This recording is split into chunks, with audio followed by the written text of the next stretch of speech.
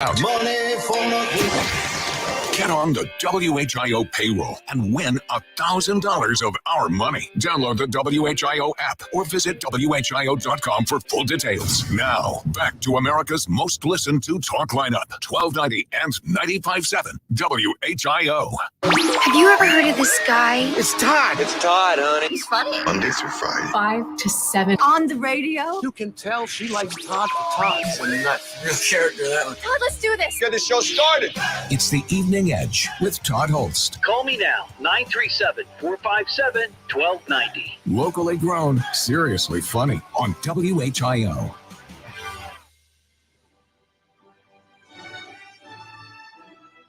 Sayer Uvun Jinju Brinan. Victoria Lee Zubeth Ross. Marlena Zobeth Kamp. Tamulme Thomas.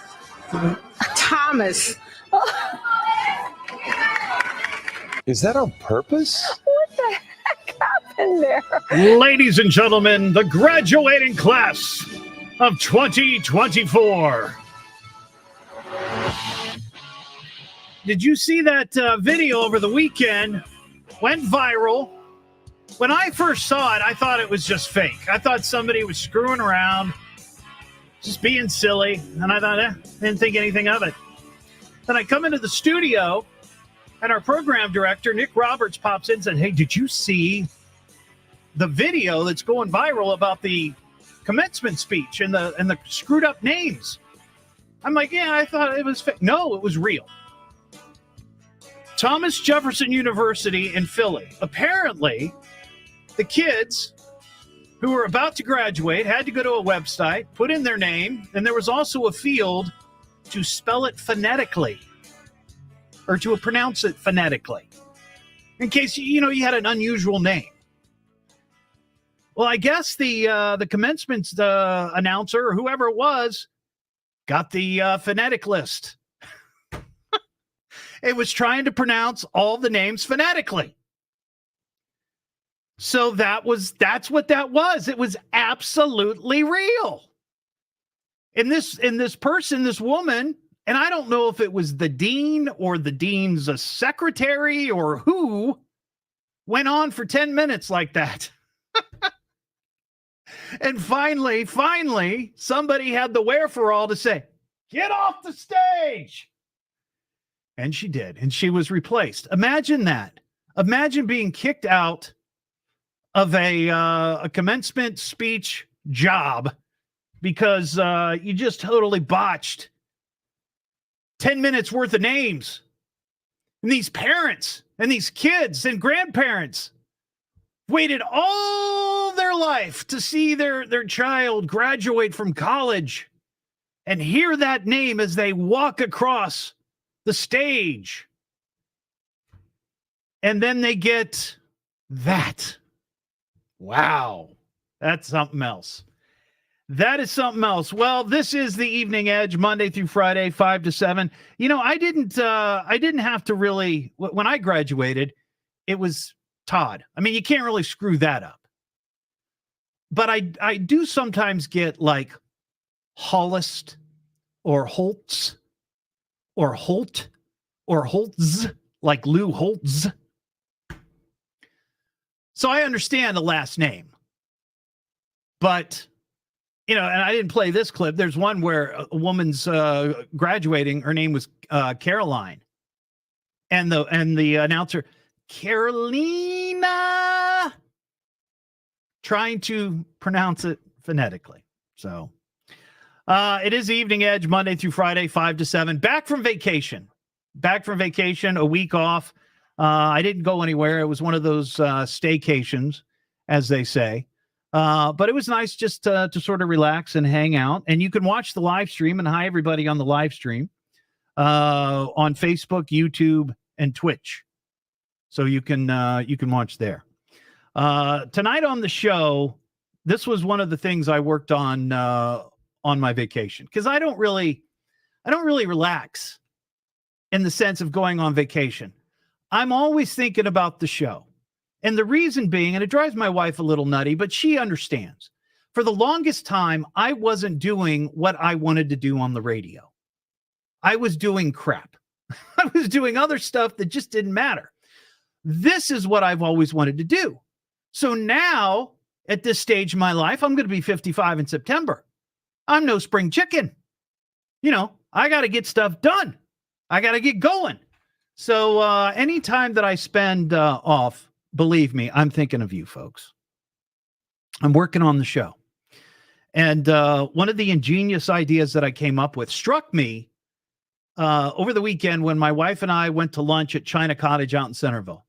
I walked out following a group of older folks, and they were just sort of milling about, hugging each other, taking their time. And I was trying to, get through. I was being kind. I wasn't being rude or anything. And I at one point I told one of the women, I'm like, "Where's my hug?" And she just. But as we got out to the sidewalk, if you've ever been to the China Cottage there in Centerville, right out the front door, there's like a water fountain of sorts. And on the ground in front of the water fountain were a pair of women's high heels. Like they'd just been discarded. And I thought, well, that's interesting, because from time to time, and you see this, I know you do, I see it all the time. You see a random shoe out in the wild, just like some random shoe. And I think we've talked about this before, these random shoes that show up. And I'm not talking about the one down in the Oregon district. There's like a green high heel at that little parking lot, sort of across from Dublin Pub, right there at the, right as you enter the Oregon district there on 5th Street. That's there intentionally. That's some sort of art fixture. But you see these random shoes, and I always think, like, how did that get there? What's the backstory for that one particular shoe, and why only one shoe? Now, in this case, what I saw, it was two shoes. It was the two high heels in the parking lot there at China Cottage, and the mind just raced. Like, what happened? I went up to the fountain. I looked in thinking maybe, there'd be a body. Like maybe somebody just decided to end it right there and dive into the pond. But first, I'm taking my shoes off. I don't know. But there was nobody there. No, thankfully, that would have ruined lunch. But I thought, what would be cool? Because so many strange things we follow on the show. Cars crashing into buildings, which, by the way, we're up to 50 now. We had a couple while I was gone. I'll get to. We follow Cheez-Its, that's a big thing. We talk about the Cheez-Its. What else do we follow? Oh, Sasquatch sightings. We count those. We don't really count them, but we talk about them. But then I started thinking, it's like, well, maybe we should have a Facebook page where if you are out and about running around in the wild and you come across a shoe in the wild, and you have an encounter like that, if you can safely take a photo, you can post it to Dayton WILD SHOE Sightings. It's a Facebook page that I set up. And what I want is I want the picture.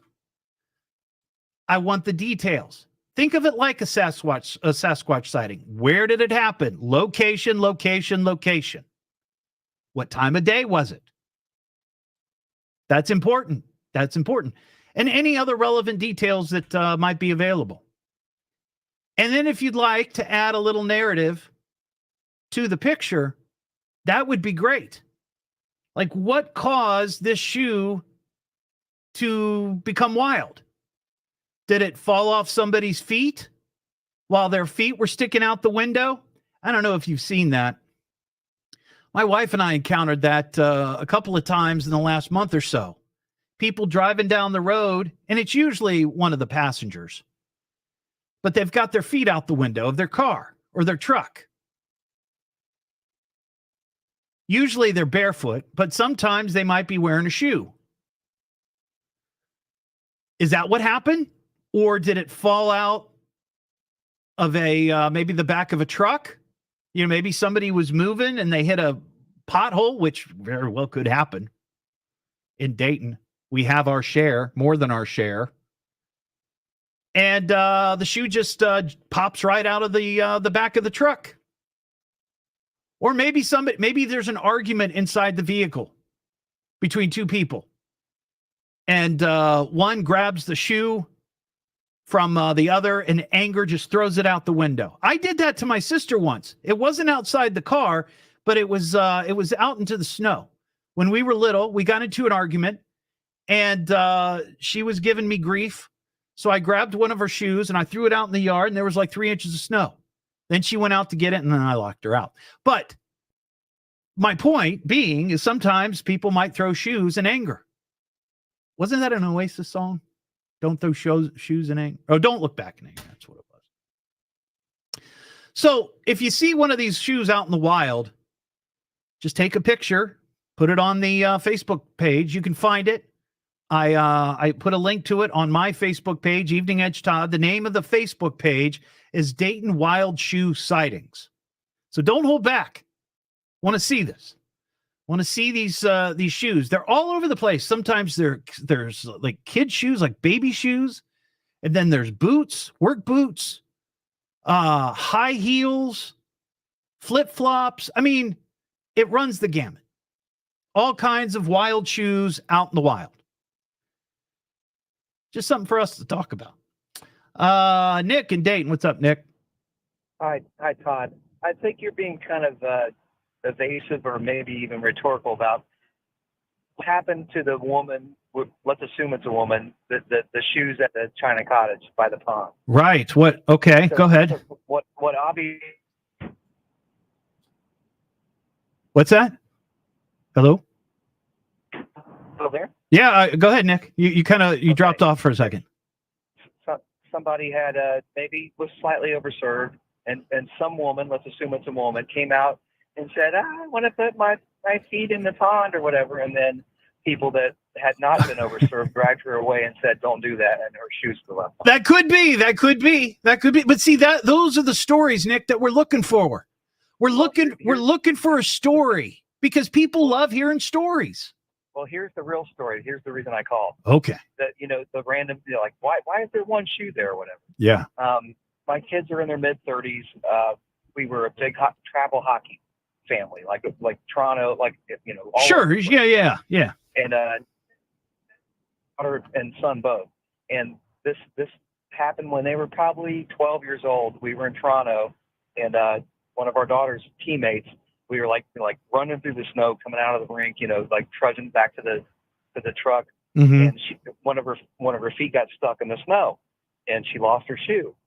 And she's a goofy 12-year-old, so we just trudged back to the truck. And from that point forward, and my wife and I are now in our 50s, our kids are in their 30s.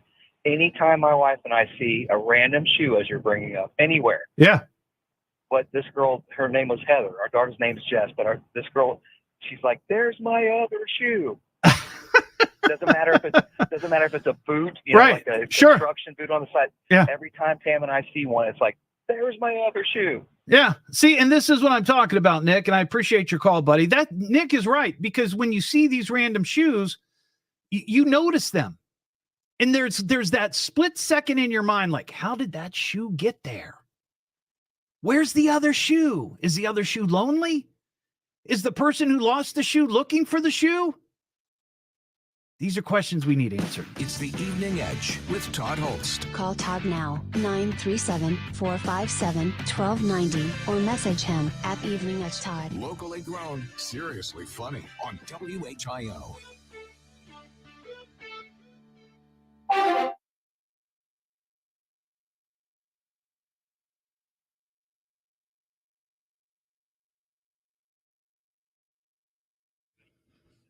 Hello, everybody. I'm back from vacation. Woohoo! Thank you, Colleen. Thank you. Thank you, Steve. Thank you, Matthew. Hey, Clinton. Hey, Ryan. How are you? Hello, Leslie. Hello, Heather. Thank you, Ashley. It's very nice of you to say. Thank you. Thank you.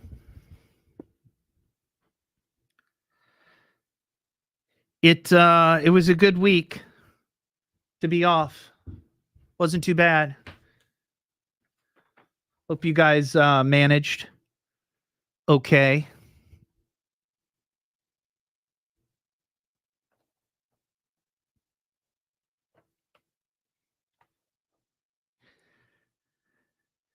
Got my car taken care of. Back to normal. Things are back to normal. I ended up getting it. You got a job, Heather. I think I saw that. Was it like building inspecting or something? I got a white Honda Passport. The car that I paid CarMax $200 to ship from Tennessee to Dayton had transmission problems. I took it out for a 24-hour drive and I took it back an hour later. Yeah. So I went and found a Passport, 2021 Passport at Germain Honda of Beaver Creek, and they were great. Brandon there was great. Oh, I know, Clinton. I thought about you when that happened. 100% thought about you. I mean, I've had friends buy cars from there and they've not had problems, so I'm not suggesting that there's anything wrong with CarMax, but I'll just say that these cars are supposed to be certified. So when I went to drive the certified vehicle, there was something wrong with the transmission. So I'm lucky that all I lost was $200.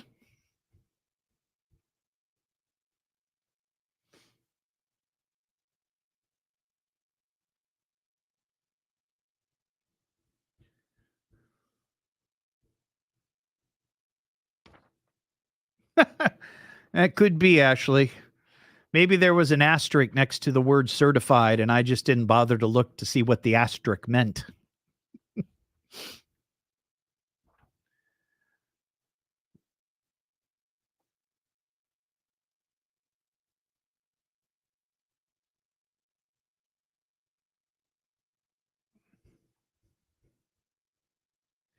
Well, I'm still thinking about doing that, Clinton.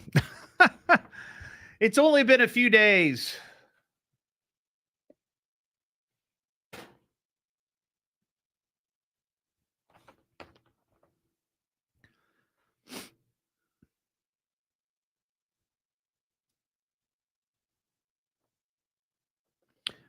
Oh, that's a good point. That's a great point, Deb.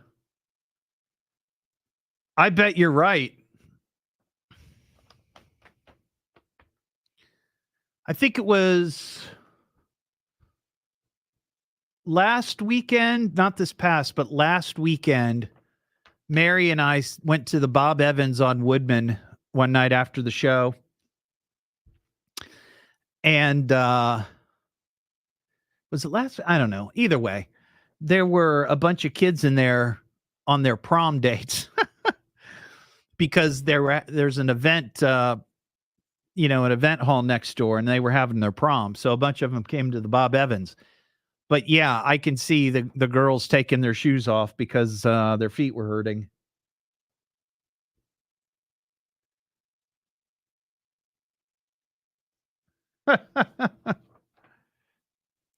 Oh, that's an excellent. There is a topic for you, Clinton.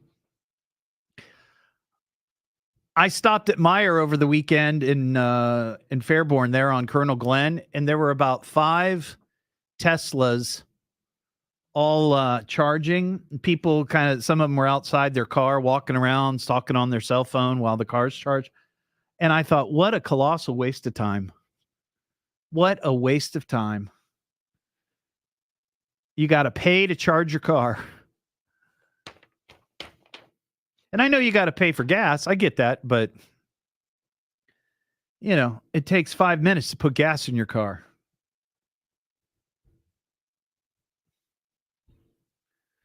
Ridiculous. Ridiculous.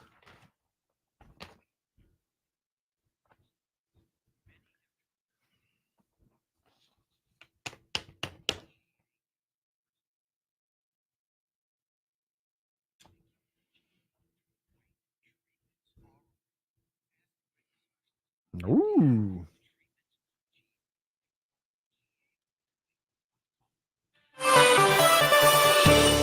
The new high school building getting unveiled this summer. We'll have the latest at 5:30 now. Back to the Evening Edge with Todd Hollst on 1290 at 95.7 WHIO.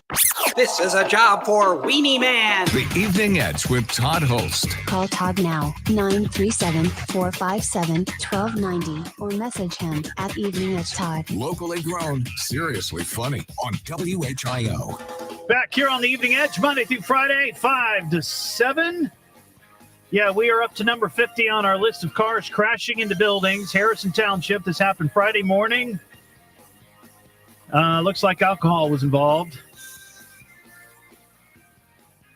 Images from the scene show a silver sedan that hit the front of corner of a house, creating a large hole in the side of the house. Then it crashed into a car that was in the driveway.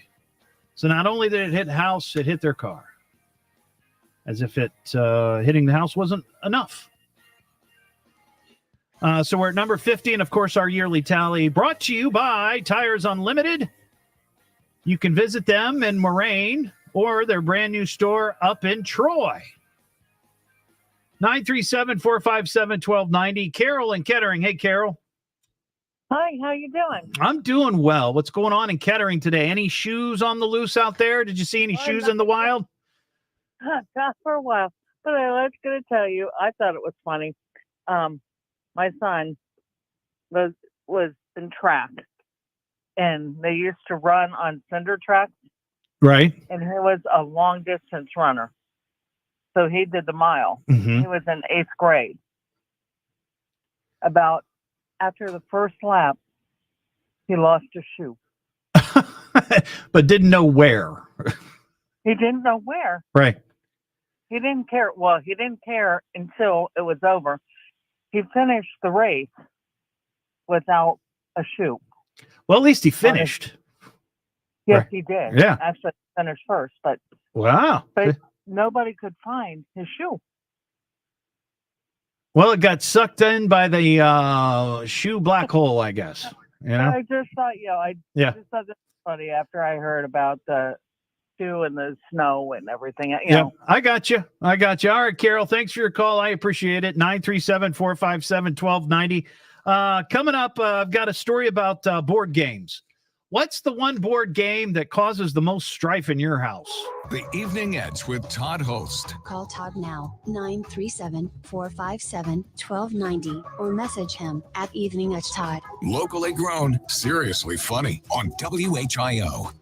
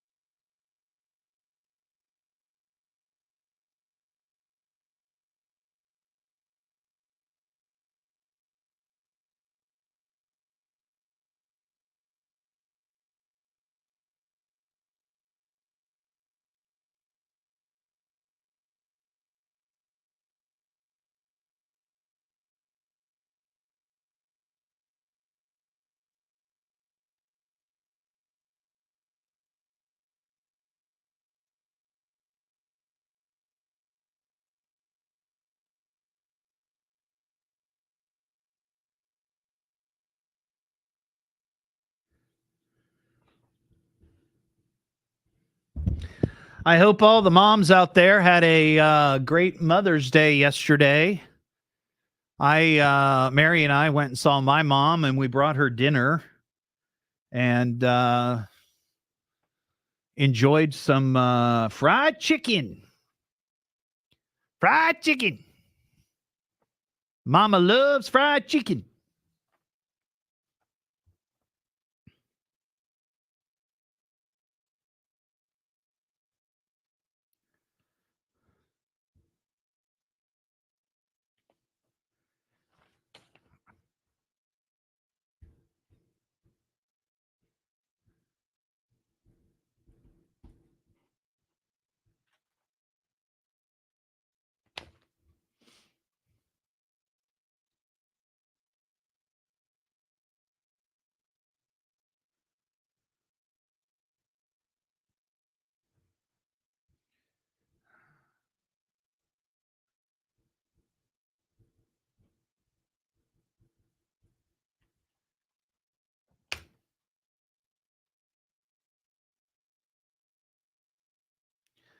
Oh, Clinton, what kind of baby animals?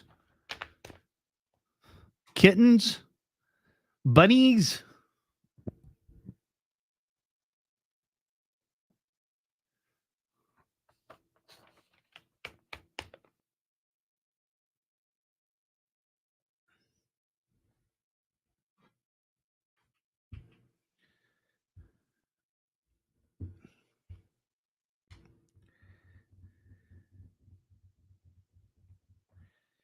Lee dee dee dee dee dee.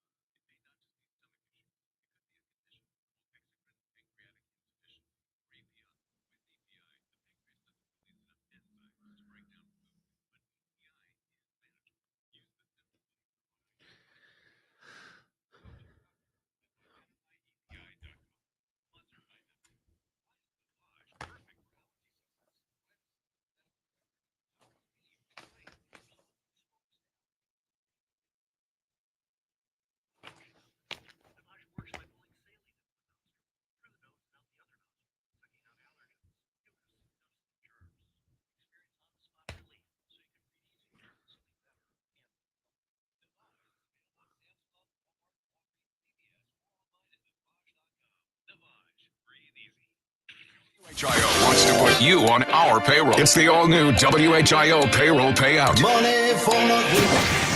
Get on the WHIO payroll and win $1,000 of our money. Download the WHIO app or visit WHIO.com for full details. Now, back to America's most listened to talk lineup, 1290 and 95.7 WHIO. Be of good cheer and call me. Call me now. Call me. He's laughing at us right on the radio. Least we could do is get him on the radio and talk to him. It's the Evening Edge with Todd Hollst. Call me at 457-1290. Locally grown, seriously funny on WHIO. Back here on the Evening Edge, Monday through Friday, 5 to 7. Just talking about this new Facebook page I launched called Dayton Wild Shoe Sightings. It's for those instances when you're out and about driving around and you see a random shoe along the side of the road. If you can safely take a picture of it and post it to the Facebook page, tell us where, when, any other relevant information, that would be great. And I was talking about this at the beginning of the show, and what sort of inspired this was seeing a pair of shoes on the ground next to a water fountain at the China Cottage restaurant in Centerville. And Deb, who's watching the live stream, made a very, very, very good suggestion. She said those shoes were clearly from a prom date where the couple took pictures by the fountain and the girl left her shoes there. She was probably more comfortable without them. That makes sense. 100%. And if you look closely at the pictures, the shoes, I mean, they do look like something that you might wear to a prom. I mean, not me, but they look like prom shoes. So that's an excellent suggestion. Thank you, Deb. 937-457-1290 is the number if you'd like to comment on that. Here's something I bet you'd like to comment on. I saw this Ranker list, and I like talking about Ranker. And if you don't know what Ranker is, it's a website where basically they throw out topics, whatever they might be. It could be random topics, and the people that use the website will rank whatever the answer might be to that particular topic. For example, the one that I saw today is board games most likely to end friendships. And there's a lot of these games on here that I would 100% agree with. But it's interesting to me because I feel like if you're playing board games or card games, not necessarily poker, but, things like Cards Against Humanity or, something like that, there's really no reason that a friendship should end over, a game. But I certainly understand that it can get a little testy. But some of these I totally get. Some of them I don't know why. Number one on the list, I think a lot of people will probably feel like this is obvious. Monopoly.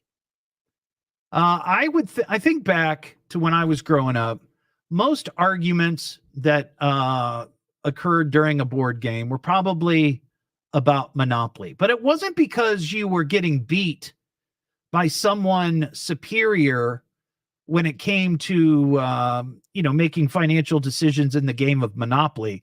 It was usually somebody cheating. That's what always got me. Would somebody be cheating? And then that usually ensues, an argument ensues. Number two on the list, Risk. Now, I never played Risk. Risk is a game of world domination. I'm assuming you can cheat at that game, but I know people really got into it.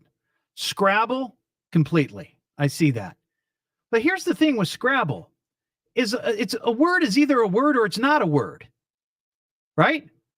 And doesn't everybody pretty much have like a dictionary on hand, whether it's an actual dictionary or your phone? Somebody puts out a word and said, oh, that's such and such word. And the other person is like, that's not a word. And then you look and you find out, oh, it's a word. Number four on the list, chess. I don't know how that ends friendships.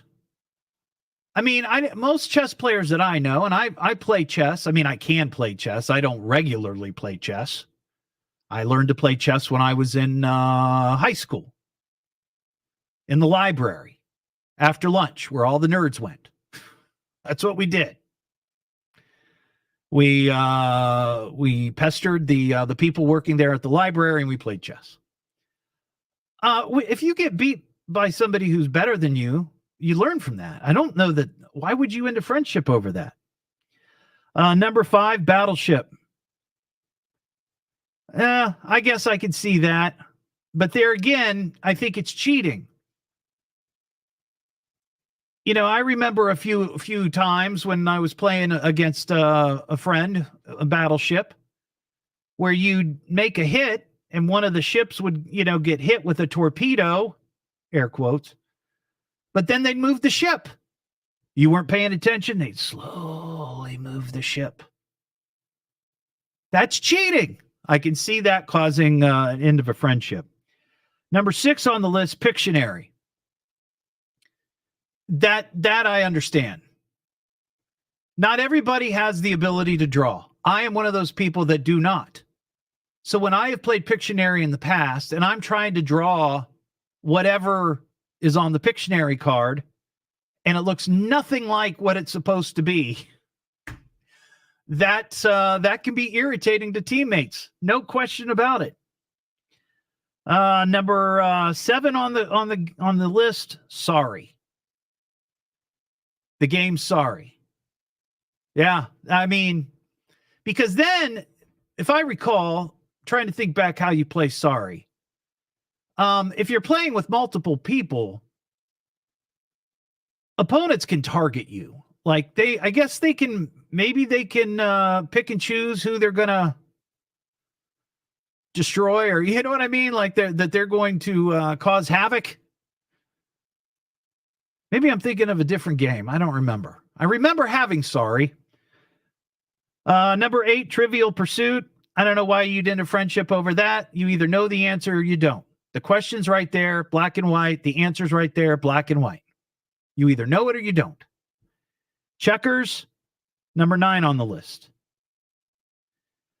Again, it's just checkers. I don't know how you cheat at that. I guess you can move your pieces around, but usually the people are focused on the board. They're going to see you do that. And number 10 on the list, and there's 37. So I've got a long way. No, I'm not going through all 37.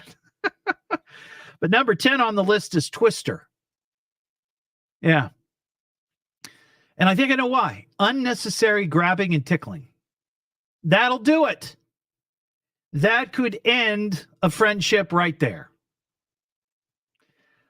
But maybe there's a game that you used to play that used to cause all kinds of chaos, or maybe still. You know, a lot of people have game nights. Friends come over, drinking some cocktails, knocking back some beers. You're playing, Exploding Kittens or D&D or Cards Against Humanity, or like the number 18 game on this list, which I've never heard of. Secret Hitler. Now, what kind of game is Secret Hitler?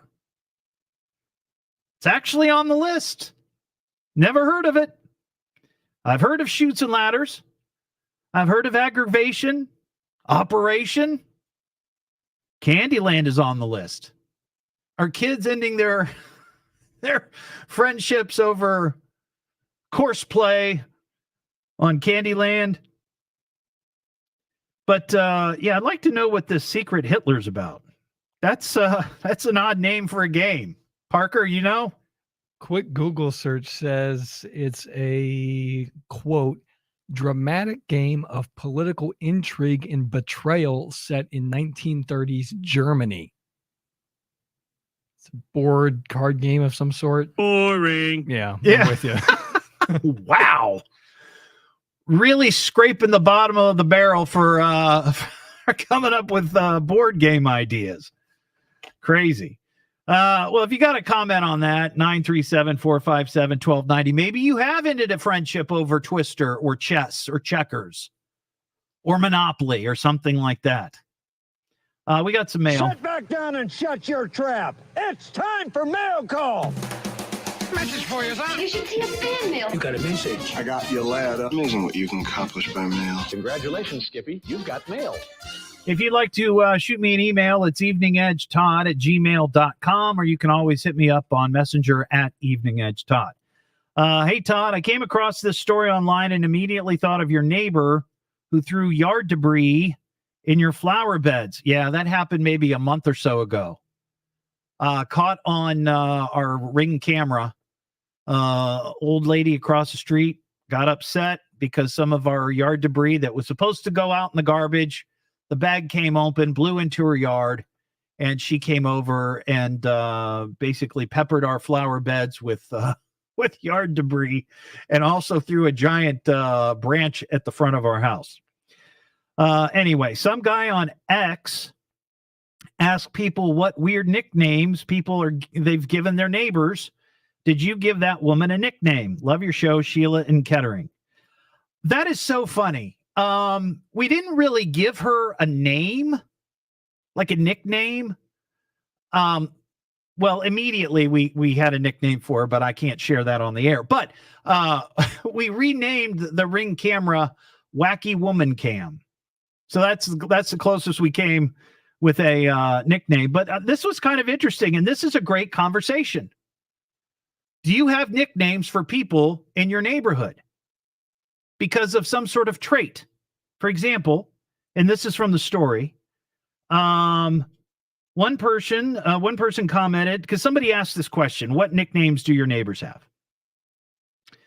What nicknames do you have for your neighbors? One person said the Torch. He's moved now, but probably for the best. There was no DIY job he didn't manage to set himself on fire doing. Here's another one. We have one called Dead Dave down our street. Another neighbor said, hey, did you know Dave has died? But it turned out Dave hadn't. But ever since, we've referred to him as Dead Dave. Here's one. Next door is Propane Elaine. She has a barbecue every night when she comes home from work, even in the winter, even in pouring rain, and without holding an umbrella. And then there's Noisy Brian, because he did a lot of noisy work in his garden before 8 a.m. on the weekends. And there's a bunch. These are great. We have, Thong Man. This man has a new pleather thong, accidentally got delivered to my house, and my wife accidentally opened it. That's hysterical. So, yeah. Oh, Ron, Ron, do you have a neighbor or a nickname? No, I have a nickname for your neighbor.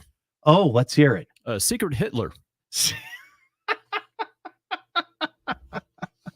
I like that better than Wacky Woman. I hear there's a game about that. Wacky Woman? Secret Hitler. Yeah, there is. Yeah. And it's an odd name. Yes, Parker. We got a caller who said basically the object of the game is everybody gets roles, and somebody draws the role of Hitler, and you essentially have to lie and try to convince people that you're not Hitler. Ah, okay. That makes sense. Yeah. Boring. No.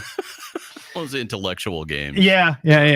All right. Well, thank you for that. Well, do you have any nicknames for your neighbors? Like maybe somebody that did something Oh man, that's unusual, and now you call them, Not that I can. I mean, we lived in so many places. I probably had some interesting nicknames that I can't think of right now. Right, I gotcha.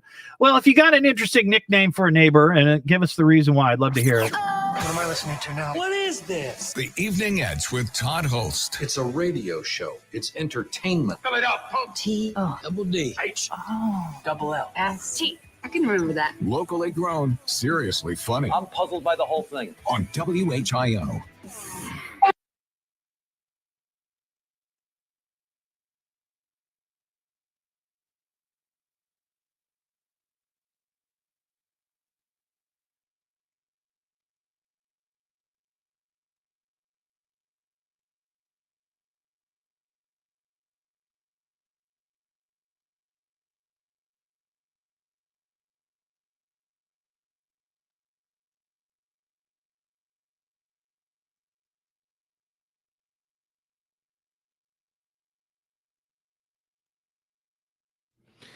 I wonder what my nickname is.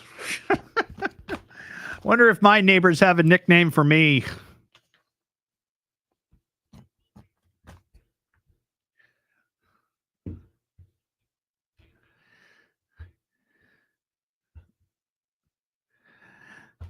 Beer can Todd.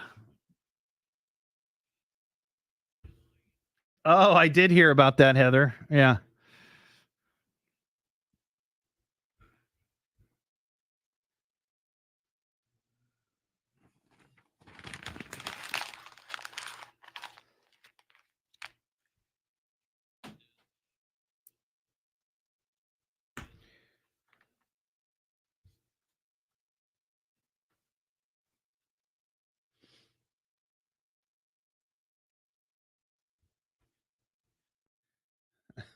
Dumbass and his wife. uh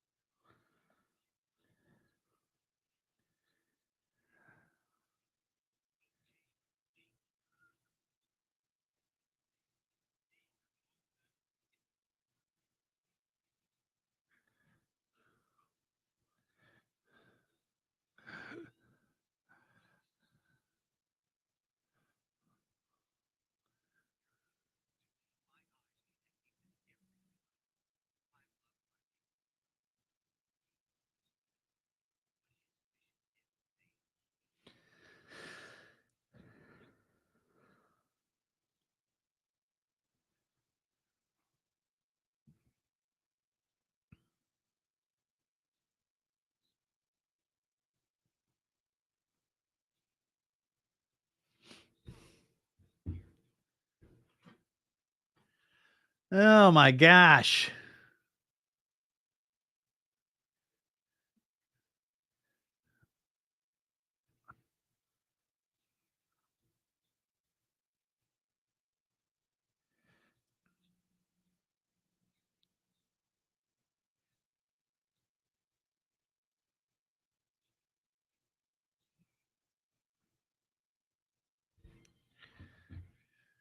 Plumbing Studios. Breathe easy. Choose McAfee. WHIO Dayton and WHIO FM Pleasant Hill. Cooler temperatures coming to the Miami Valley. We'll have the latest at 6. Now back to the Evening Edge with Todd Hollst on 1290 and 95.7 WHIO. Get a load of this guy. The Evening Edge with Todd Hollst. Call Todd now, 937-457-1290, or message him at Evening Edge Todd. Locally grown, seriously funny on WHIO. Back here on the Evening Edge, Monday through Friday, 5 to 7. I don't know what I was going to say there. 5 after 7? 5 to 7. Coming up after 6. That's what I was trying to get to. There is a story right now breaking about a local shopping destination being foreclosed on. Holy cow. Wait until you hear about that if you haven't heard about it already. Cowboy Jim in Brookville, real quick. What's going on, Cowboy Jim? One and only time we played Trivia Pursuit with some friends, and he was super, super competitive. I won the game, and he got really mad. And our sons went to school together, and then my son found out the next time they went to school that my friend and his wife had sat around all week with the Trivia Pursuit game and was reading the answers to each other. So they were cheating. They were cheating, and See? I still won the game. And the answer was napalm. Ah, okay. And what was so disruptive to this person was he was supposedly a Vietnam vet, and he didn't think of the answer napalm. Wow. So maybe he was not only a cheat, but a liar. Could have been. Could have been. All right, Cowboy Jim. I appreciate your call, buddy. It's the Evening Edge with Todd Hollst. Call Todd now, 937-457-1290, or message him at Evening Edge Todd. Locally grown, seriously funny on WHIO.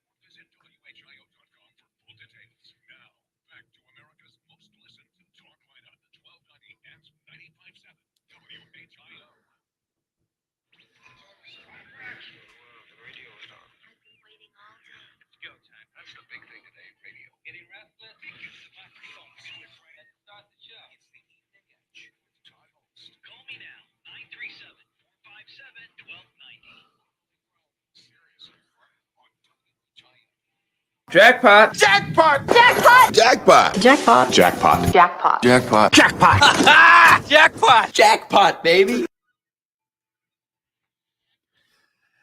It is the Evening Edge, Monday through Friday, 5 to 7.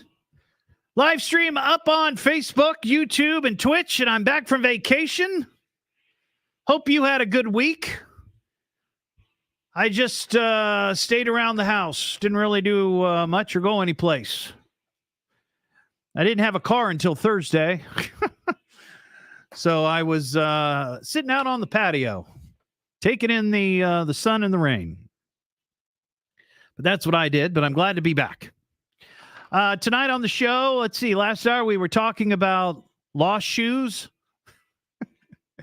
If you spot a wild shoe out there in the Miami Valley somewhere, you see it along the street, the road, the highway, maybe your yard, maybe a neighbor's yard, whatever it might be, I'm asking you to take a picture of it and post it on the Dayton Wild Shoe Sightings Facebook page. Brand new, launched today. And what's funny is a friend of mine, John, who's an artist in Bellbrook, was listening or is listening and sent me a picture of, apparently he makes mobiles. Oh, mobiles? Is that a mobile? Like art mobiles? You know what I'm talking about? The things that hang with shoes that he finds. So this is the perfect marriage right here, right? Take a picture and post it, and John will run out there and find that shoe and turn it into art. Come on now. That's perfect.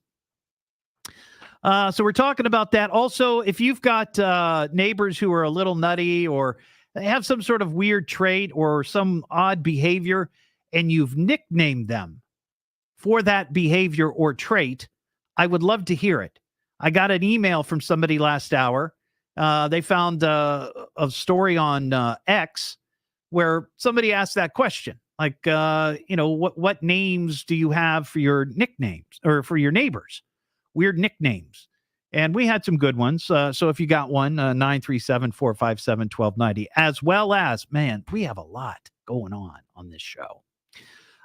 Ranker put out a list. The board games most likely to end friendships. Number one on the list, Monopoly. And I would agree with that 100%. But some of the others on the list, I'm not so sure. So if you've got a story like that or you want to share thoughts, by all means. I just want to mention this real briefly. There's a story on WHIO.com right now, and they just did breaking news on Channel 7 at 6 o'clock.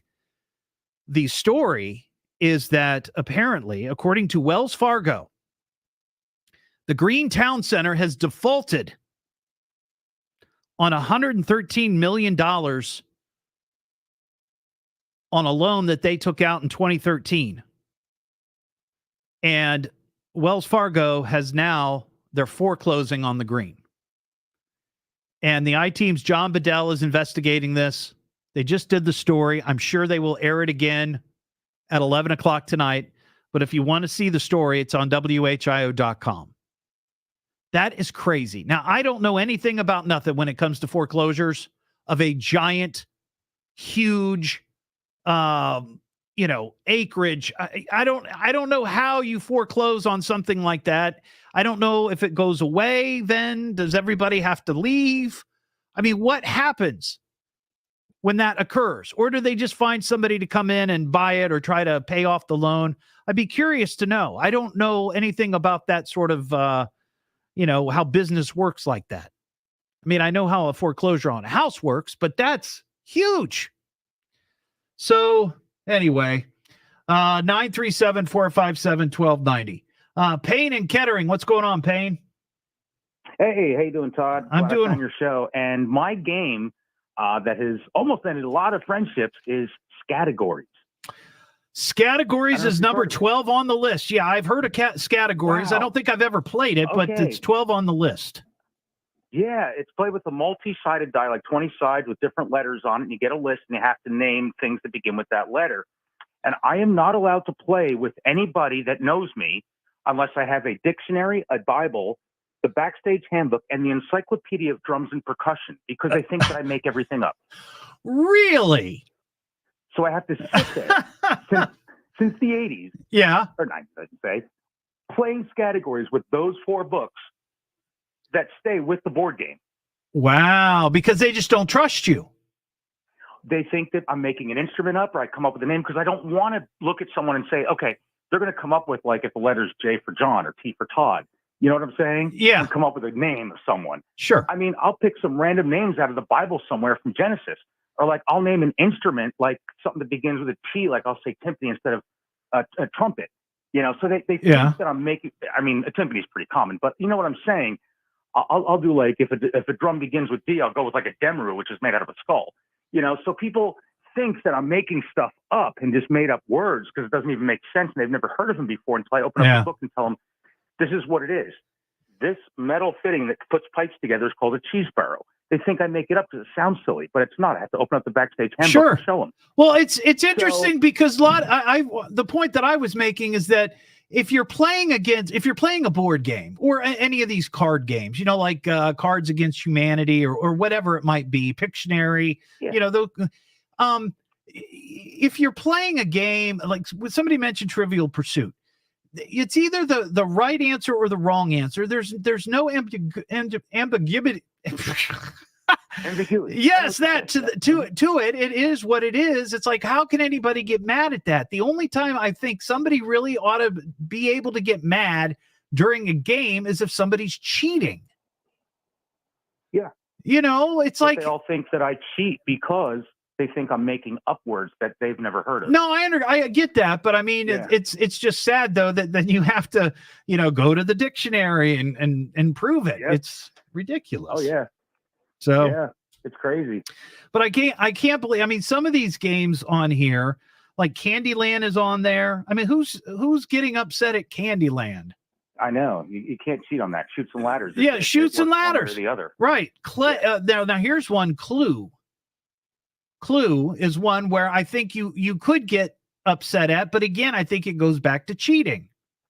You can't get upset if somebody is a set of cards that are in the envelope. It's with this in that room, and it was done by so and so. Right. But so that's my point. It's like, how can you? Yeah. I don't know. It's just, and then there's Jenga. Now, why would you get mad at that? It's just you're pulling blocks out of a pyramid of wood. I don't know why you'd get mad. I know there are ringers out there that are have these ninja skills that will just literally take a bullwhip and pop a block out with like a blindfold on. Well, I suppose that, but that's somebody who's better skilled. Well, you can't get mad at that. It's like I remember playing sports growing up, and if we got beat by a team that was clearly better than us, you don't really get mad at that. Yeah, you lick their cleats and you moved on. Right. Yeah, that's what I'm saying, Payne. You and I are on the same page. Yeah. Thank you. All right. That line's open, 937-457-1290. I saw this story today, and I'm not sure if I believe it 100%, to be honest with you. Now, I know that this can happen. It has happened, but I don't know that we really should be this concerned.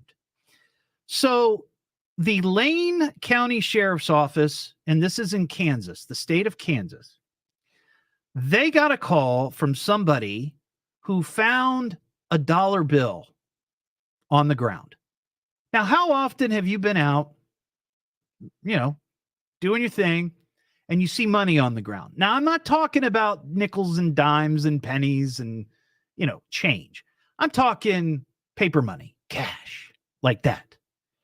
And you see it and you go, oh, man, that's my lucky day. You pick up the dollar. You put it in your pocket. You don't think anything of it. Maybe you buy a lottery ticket with it or beer. If it's, like a 10, which I've found $10 before, $20 before. But the sheriff's county there, or Lane County Sheriff there in Kansas, posted that you shouldn't be picking up this money. And here's why. They've had numerous reports of people discovering folded $1 bills that contain illegal and potentially dangerous drugs. Now, back in the day when a lot of people snorted cocaine, they used money. I mean, you'd see it in the movies, and it was real. I mean, people did that. I never did it, but I know people that did. And that's a concern. If you have $100 bill that has, cocaine on it, 100%. But if you handled it and you put it in your wallet or you put it in your pocket, you're not going to get any sort of reaction. But what they're finding is that some of this money is being used to transport drugs like fentanyl. That somehow people are putting, I wouldn't even know how, if it's powder or a pill or whatever it is, that they're wrapping it in money and exchanging it. And then somebody takes the money or takes the drugs, and then maybe they discard the money. And then some other person comes along and finds it. And they find this dollar bill that has fentanyl on it, which can be absorbed through the skin. So now the sheriff's office in Kansas is saying, don't pick up money that you find folded on the ground. It seems a bit extreme. I mean, our first reaction when you see money on the ground is to grab it. I mean, we're trained that way. Oh, money. So I understand that this happened, but I wonder if it's really happening a lot. I've not heard of anything like that around here. This is the first story I've seen about, don't pick up paper money because it might have drugs on it. Never heard of that before. But now I'm going to think about it. When I see money on the ground, I'm going to think about it. Be like, ooh, I don't know. What do? I guess carry around rubber gloves, pull them out, grab it, take it home, rinse it off. Can you do that? I'm not sure. But it's just one more thing that we have to be worried about now. You can no longer have a lucky day and find money on the ground without being concerned that it could be contaminated with meth or fentanyl. It's the Evening Edge with Todd Hollst. Call Todd now, 937-457-1290, or message him at Evening Edge Todd. Locally grown, seriously funny on WHIO.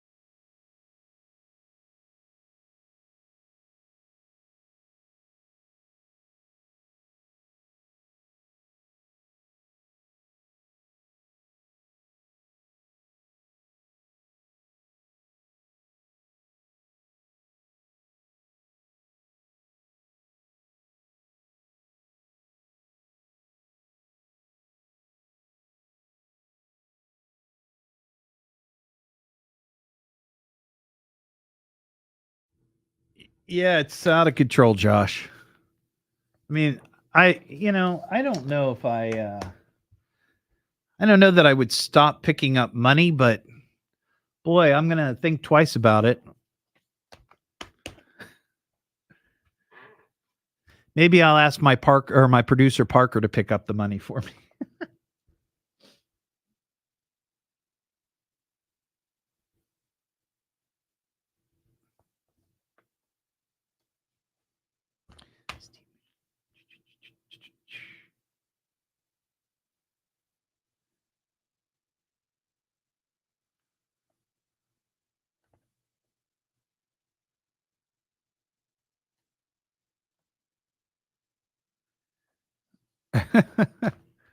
I believe it, Captain Scurvy.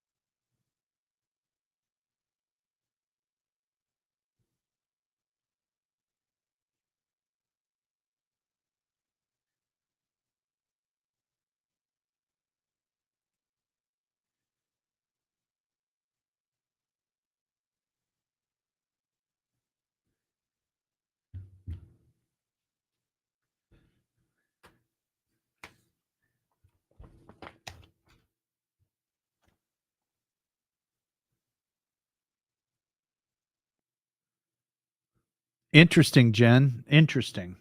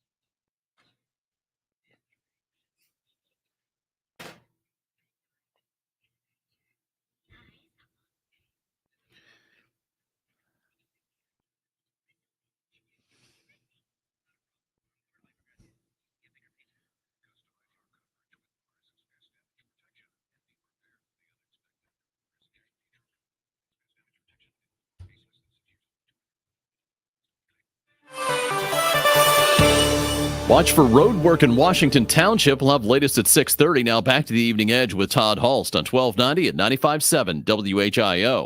This guy was smart, sophisticated, professional. I mean, really, really great. The Evening Edge with Todd Hollst. Call Todd now, 937-457-1290, or message him at Evening Edge Todd. Locally grown, seriously funny on WHIO.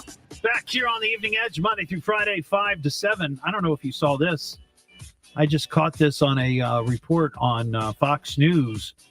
Actor Steve Buscemi. No, he didn't die. He's okay. He's recovering after he was punched in the face yesterday. He was walking through Midtown Manhattan with his, a female friend. I don't know if it was his girlfriend or wife or whomever, but apparently somebody came up to him. He was approached, and this person, who they haven't caught yet, punched him right in the face. He had to be taken to the hospital, treated for swelling to his face and left eye, and the assailant left the scene. So cops are now looking for him. They've got surveillance video of the attack, or at least a surveillance photo of the suspect. That's what it is.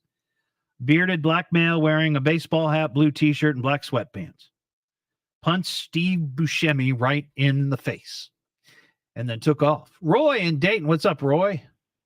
Hey, yes, sir. Hey, like your program. Every time I come through here, I tune it in right there. I'm driving. I appreciate it. When I was up there in Wisconsin, up there in Red Wing, Minnesota, Mm-hmm. I got out of a restaurant and I come walking going back to my truck, and I found a $10 bill in the grass. I thought, oh, okay, good. Yeah. But after I picked it up, I was scared to cash it because I thought it might be counterfeit. Oh, that's a good concern too. Boy, I held on to that thing for a long time because, man, I thought, well, if I cash that and that thing ain't real, they're gonna hang me out to dry. Yeah. And you try and convince somebody that right there, yeah. You could be calling the show from prison right now for being a counterfeiter. Oh yeah, I did. I was scared for a long time right there. And then finally I got home and I just had it in the hood. I bought something. I just let it go on that right there. And I said, well, it cleared. Hey, let me ask you a question about all this craze about buying gold, right? I don't know anything about buying gold. You're asking the wrong guy. Yeah, I keep listening to that. And I thought, well, if my money's no good, well, why do they want me? Why do they want I don't it? know. See, that's what I'm saying. I don't know. Thanks for your call. I'm the wrong guy to ask. I think the guy who's on before me, he shills for gold, right? I believe that he's the one to ask. What am I listening to now? What is this? The Evening Edge with Todd Hollst. It's a radio show. It's entertainment. Fill it up. Double D. Double L. S-T. I can remember that. Locally grown, seriously funny. I'm puzzled by the whole thing. On WHIO.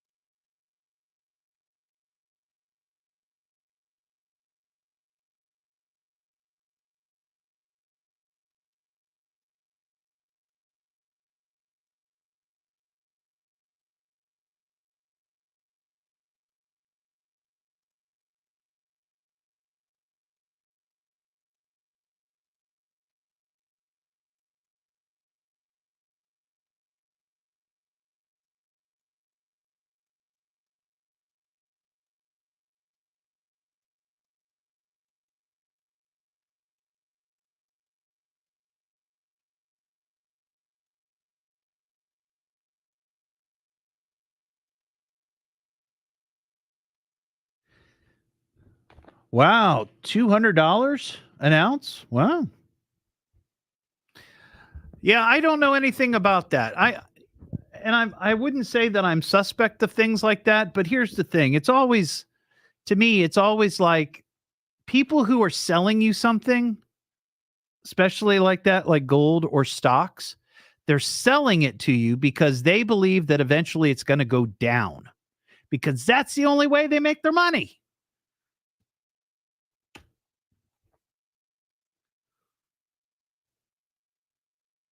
It's like when you start selling something, you're trying to get out of it.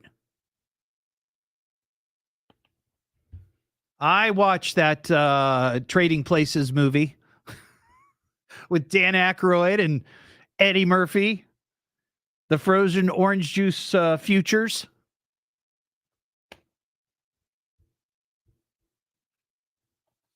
I don't trust it.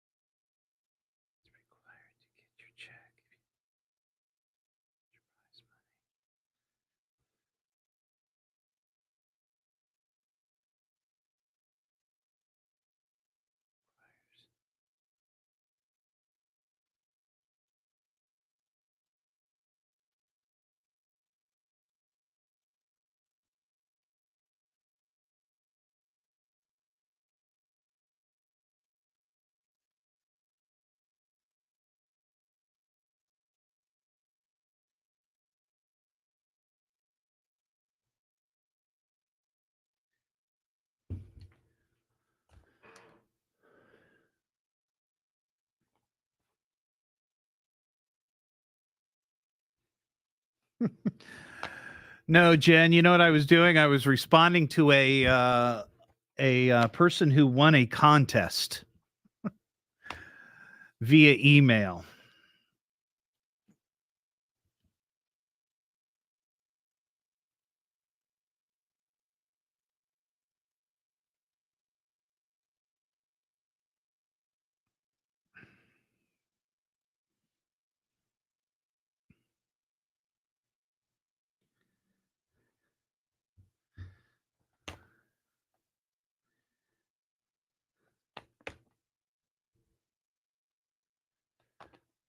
Larry, I would maybe reboot your whatever you're listening on because nobody else seems to be having the issue.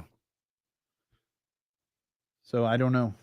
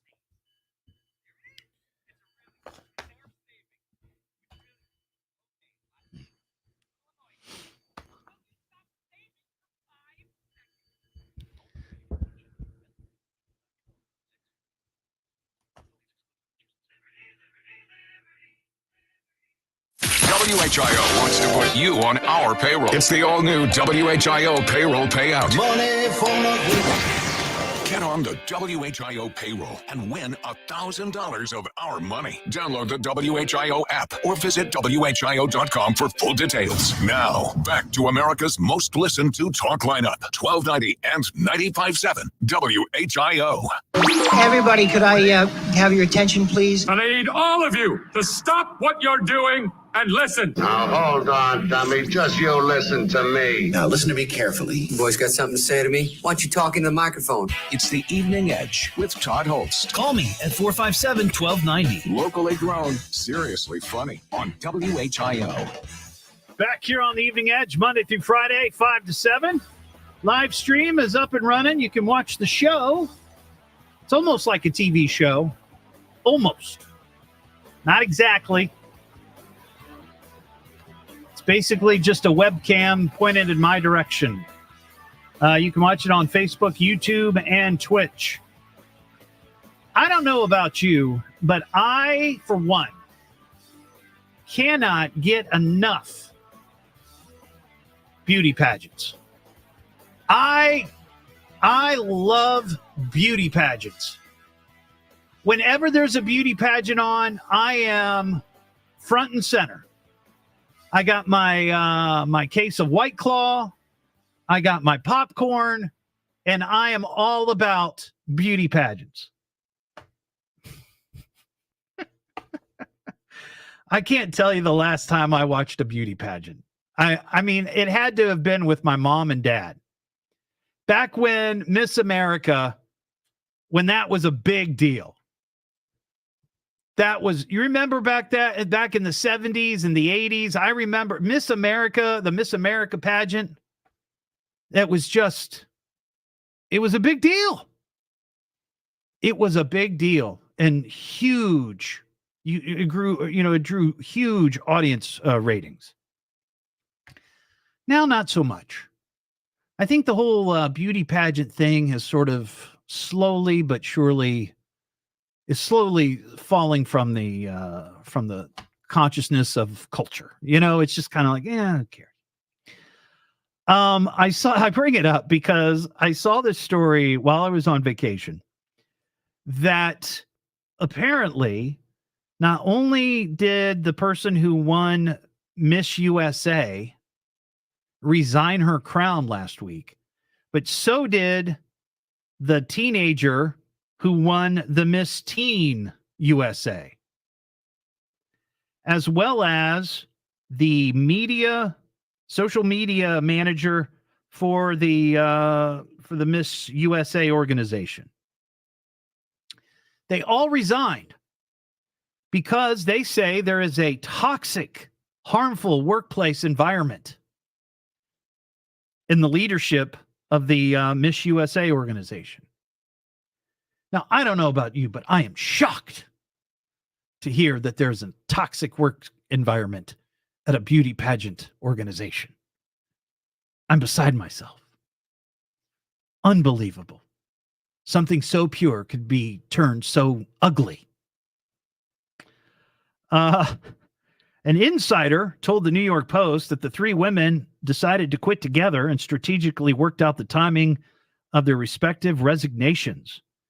The source added that the alleged harassment and bullying was so bad that the parents of the Miss Teen USA, whose name apparently is Uma Sophia, capital U-M-A, capital S-O-F-I-A, Uma Sophia. And I guess that's her full name, like her first name. It's not hyphenated. It's Uma Sophia.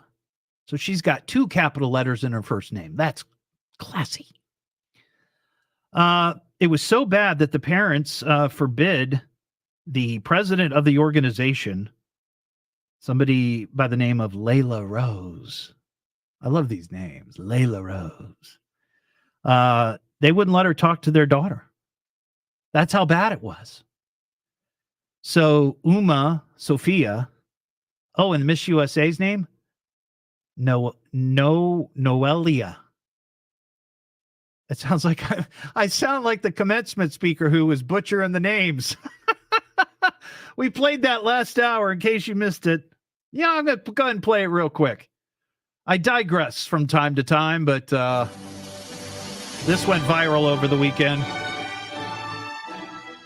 Sayer Uvun Jinju Brinan. Yeah, this was real. Victoria Lee Zubat Bros. What? Well, that's kind of like these names. Uma Sophia's last name is spelled S-R-I-V-A-S-T-A-V-A.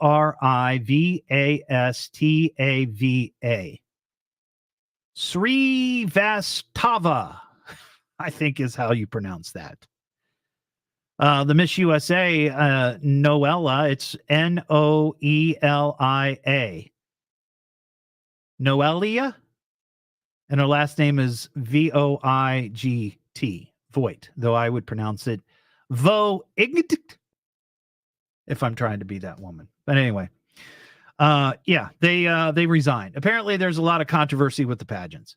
I generally don't bring up beauty pageants, but I just thought it was interesting that the Miss USA and Miss Teen USA have resigned. So there's the question. If you resign, I'm assuming you have to give the crown back, right? Maybe they let you keep the sash because that's just cloth. But the crown, probably have to give that back. And does the second place person then become the new Miss USA or Miss Teen USA? That's a question. Because you didn't really win.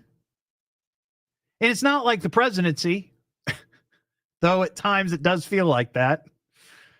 You know, if you can't fulfill the office of Miss Teen USA, you have to pass it on to the next person. Somebody steps right in, fills that vacuum. I'm not sure. Maybe somebody out there in the pageant world knows. 937-457-1290. Another story that I missed while I was on vacation is the story of a woman in Midland, Michigan. She was living inside the sign above a supermarket. There's a supermarket in Midland, Michigan.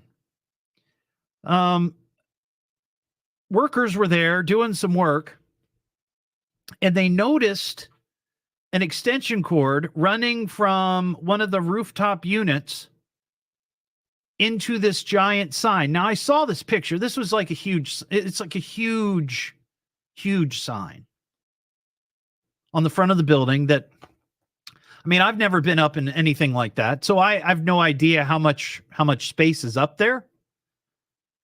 But I would imagine maybe the signing area, decent enough size that somebody could hide in there. But this woman was living inside the Family Fare supermarket sign for about a year. Cops say the contractors, they saw the extension cord, they followed it, and they opened the door to find a woman living inside.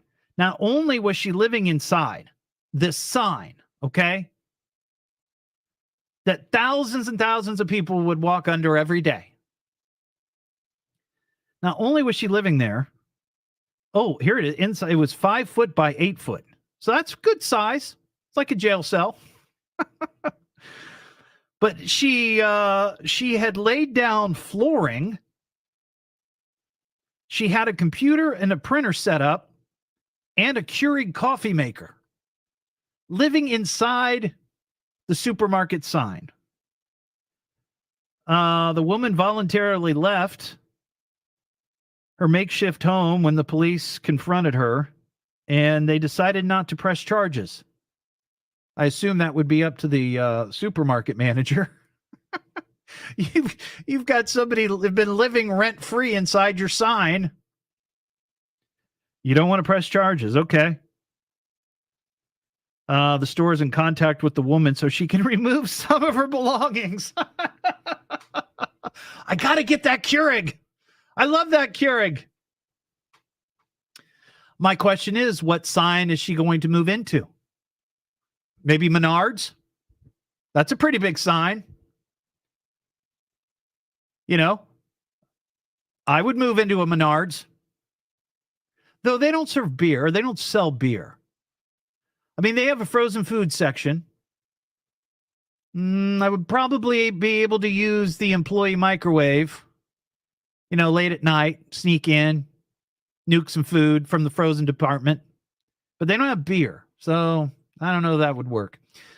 Jason in Trotwood. What's up, Jason? You were talking about the beauty pageant thing. Yes. I don't know if it's still current, but I know they used to, if you abdicated your throne, you had to give back the prize money, the crown, and everything, and it went to the second position. Wow. Interesting. So I don't know if this particular woman who gave up the crown, like if she's participated in any other pageants, because like if you win Miss USA, I think you go on to the next one, right? Like Miss World, and is that right, or something like you keep going until I guess there's going into the next one. But if you abdicate, like Miss USA, yeah, the one she won before that, she would still have. Because she didn't abdicate that throne. Right. She would just have to give back everything she got from the Miss USA. Yeah, and then I guess they send her back to where she came from. She was Miss USA was from Utah. Yes. Yeah, so they would send her back home and goes back to Utah. It would go to the second place runner-up or whatever would get everything then. Yeah, I got you. They would have to continue on with the schedule of all the stuff right. That they have to all do the that. fame and glory that comes with being Miss USA. Yep. All right, Jason, I appreciate your call, buddy. Have a good one. That line's open, 937-457-1290. Do we have a Miss Dayton pageant or a Mrs. Dayton pageant? That wouldn't be bad. I think there is. Is there? Is there a Miss Dayton? I think I went to Wright State with somebody who participated in that. I wouldn't mind being a judge for the Miss Dayton pageant. Sure, you wouldn't. I mean, I think they're ridiculous, but I think it would be fun. Be certainly something entertaining to talk about. What am I listening to now? What is this? The Evening Edge with Todd Hollst. It's a radio show. It's entertainment. Spell it out. T-O-D-H-O-L-L. S-T. I can remember that. Locally grown, seriously funny. I'm puzzled by the whole thing. On WHIO. The Storm Center 7 forecast does call for scattered rain showers on Tuesday. Otherwise, mostly cloudy skies. We'll have a high near 70. I'm Chief Meteorologist Austin Cheney for Dayton's Severe Weather Station 1290 and 95.7 WHIO.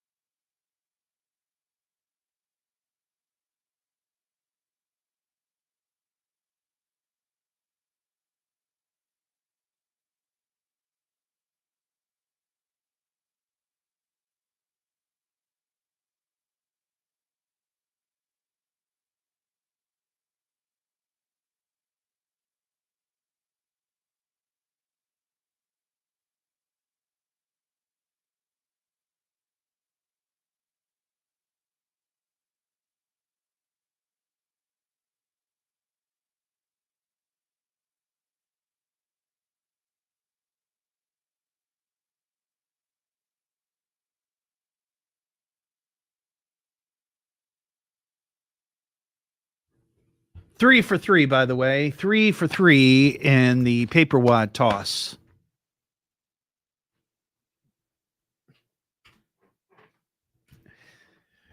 There she is, Miss Dayton, Ohio.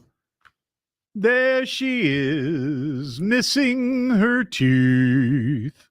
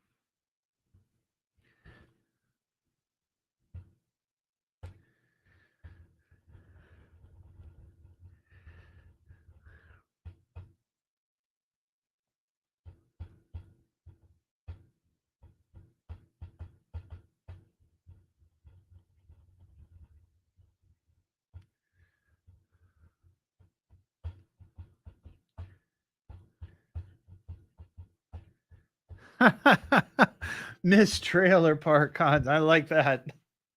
That's funny.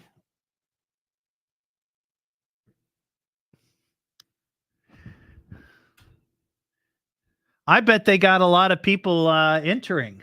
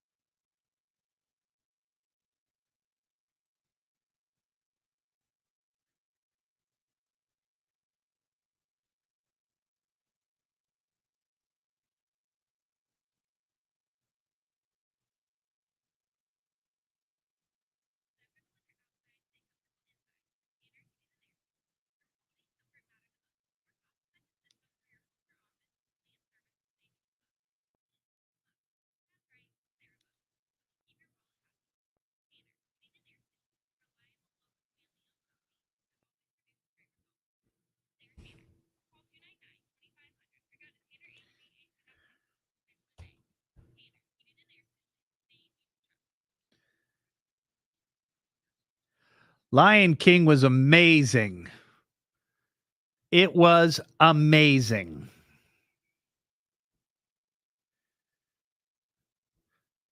I wasn't brought to tears, but boy, oh boy, it gave me chills.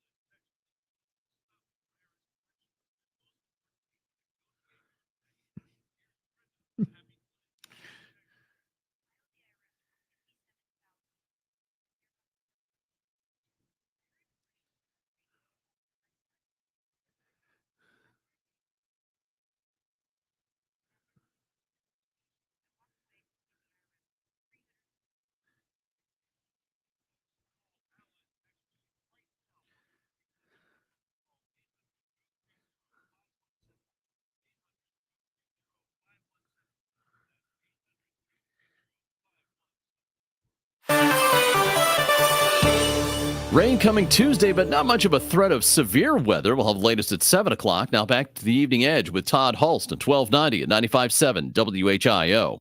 You gotta tune in, man. You gotta tune in. The Evening Edge with Todd Hollst. Call Todd now, 937-457-1290, or message him at Evening Edge Todd. Locally grown, seriously funny on WHIO.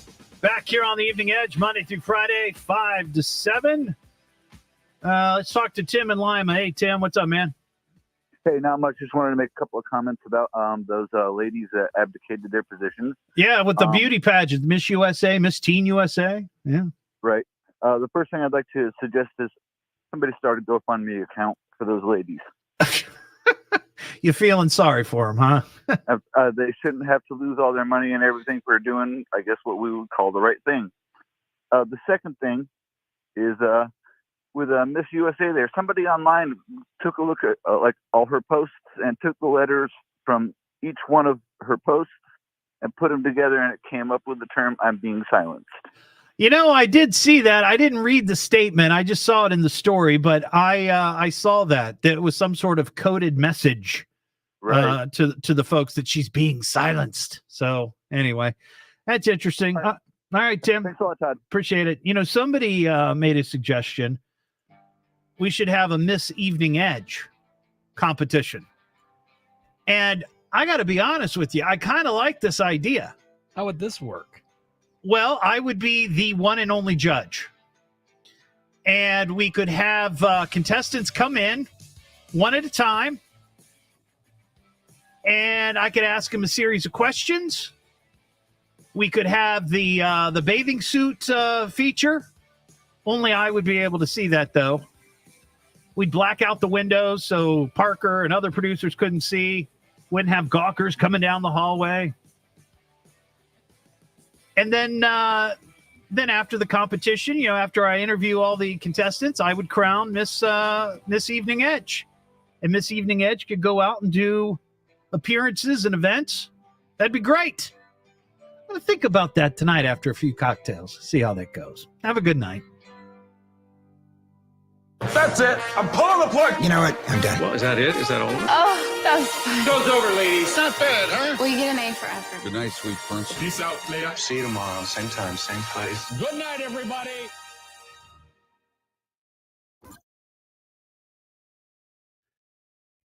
All right, everybody. Have a terrific night. And I'll see you tomorrow.